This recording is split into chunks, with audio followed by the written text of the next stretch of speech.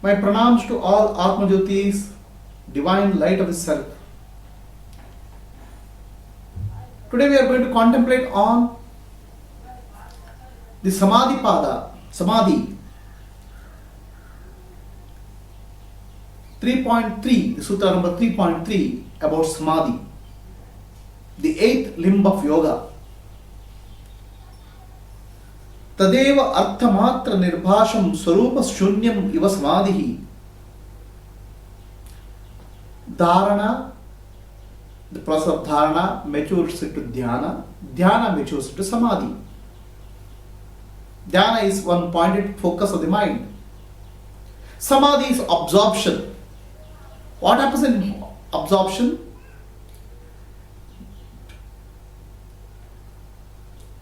As if there is self-awareness is not there.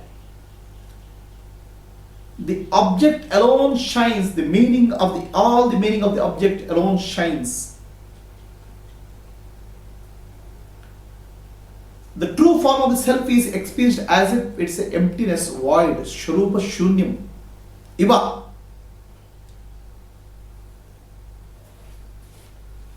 So let us understand this sutra in bit more detail. In any process of seeing, in any process of experiencing, there are three things. There is a subject, there is an object, and the process of observation.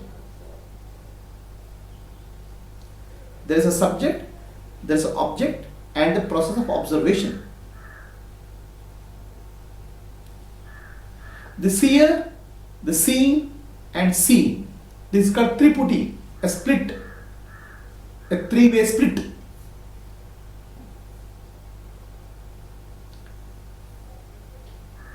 Now this three-way split is one which causes the separation of the reality, a fragmentation of the reality into multiple pieces.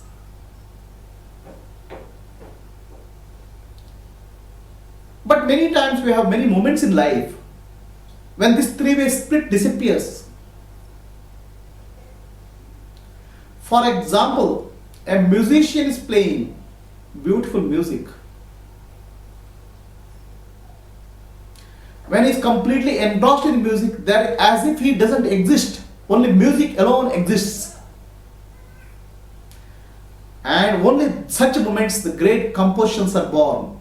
When the self-awareness is not there, only the process remains.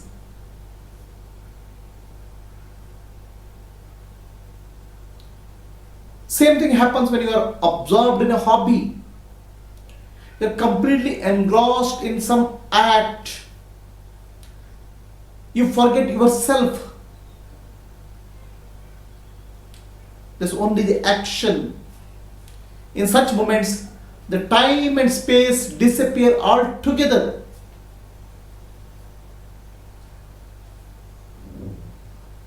This happens in the life of a scientist. Archimedes was asked by the king to find out the weight of gold bar. So Archimedes was contemplating on the problem. He was taking bath in a bathtub. He was so engrossed in the problem, he lost his awareness, self-awareness. The problem got solved. The essence came out. And he jumped out of the bathtub naked and ran in the streets saying, "Eureka! I found the solution." So what is happening here? Was there no solution? The problem was there. The solution was there. The solution flashed into his consciousness. The solution came into his consciousness. This happened to Einstein. This happens to many scientists. They are so absorbed in the problem, their self-awareness is missing. The self-awareness is there's so much of engrossed in the problem and trying to solve the problem. suddenly the meaning shines forth. This is what happens to many high achievers in life. They know how to get involved fully, how to get into depth of a subject. You might have observed when you sleep, you go with the problem, thinking of a problem. Next day morning, when you wake up, there's a solution which emerges. So, who is preventing us from seeing the solution? It is our self-awareness which is preventing us from seeing awareness. It is self-awareness which is bigger in the mask. Who is this self-awareness? Where is this self-awareness coming from? The self-awareness is coming from your subconscious impressions, your identity, which you have developed. The identity keeps on interfering in the process of observation. This becomes the seer. Instead of the real consciousness, real self, the sakshi, the seer, your subconscious impressions create a seer identity.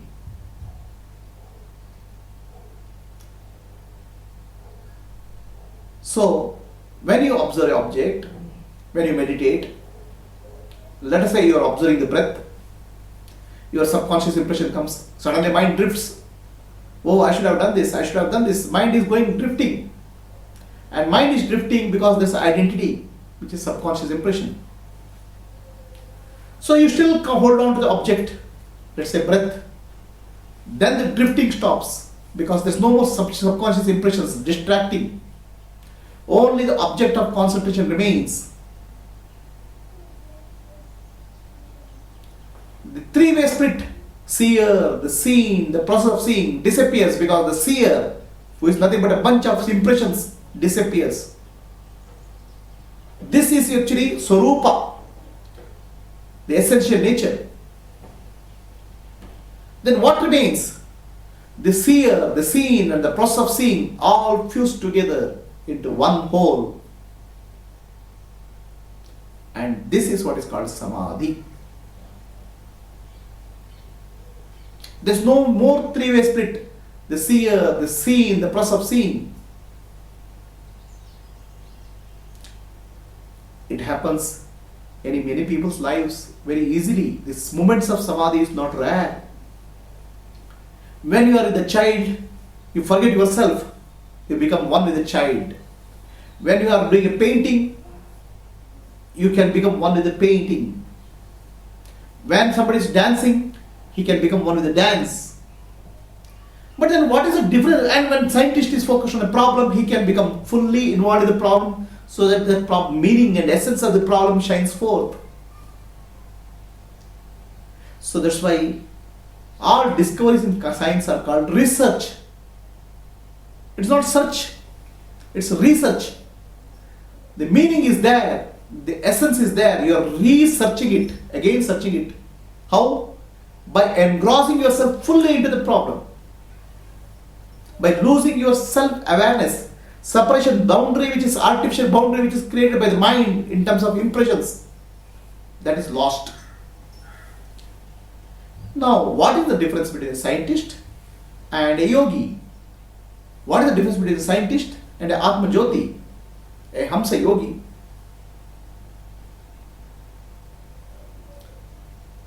Or an artist and Hamsa yogi?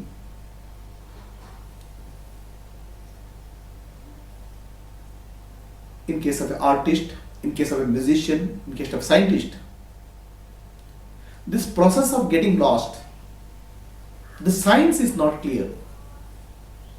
The science of spirituality is not clear. Momentarily there is absorption. The mind gets absorbed. This happens because there is a suppression of the part of the mind, impressions. And momentarily the seer, the seen, and the process of seeing merge into one. But again it springs forth because the subconscious impressions are not clear. The subconscious impressions are not removed. The distractions are not removed. But in case of yogi, he understands, in case of Atmajyothi, he understands the whole process. He is very clear about what happens. So, in a sadhana, spiritual practice, the mind is focused on the object. As the mind penetrates deeper and deeper, the subconscious impressions reduce, they become weaker and weaker. Then what remains is the essence of the meaning of the object shines forth. Now, what is the essence of any meaning, any object? It's pure consciousness only. There's nothing other than consciousness in the universe. The matter is nothing but an appearance in the consciousness. Like a wave is appears in the ocean. If you look at wave deeper, it's only ocean which is there. If you look at ocean deeply, it's only water is there. Similarly, when the mind is fused with the object, the seer, the seen, and the process of seeing become one. The tripudi disappears. Then what is there is pure awareness or consciousness. The meaning of the object, the essence of the object shines forth in all dimensions, because the dimensions of object are gross, subtle, causal, and transcendental. So the mind is completely absorbed in the transcendental state of absorption in samadhi. Now, in case of an artist, in case of a musician, when they go into a transcendental state, or in case of a scientist, they come out with beautiful creations. An artist makes a beautiful painting. A scientist comes out with a beautiful solution for the problem which he is working on.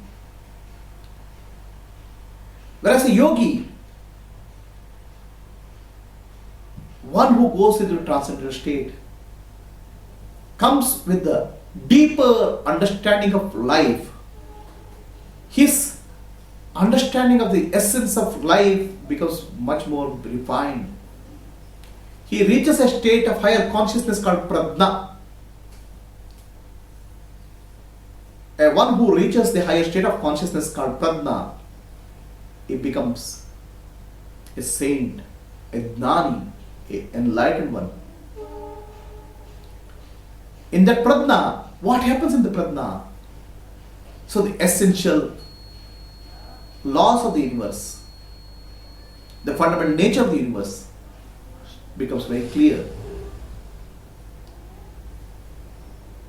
When Sri Gurudev Guru Nanak Ji came out of Samadhi, he said, Satanamaik Omkara, the true name is Omkara, primordial sound, points to the higher supreme reality.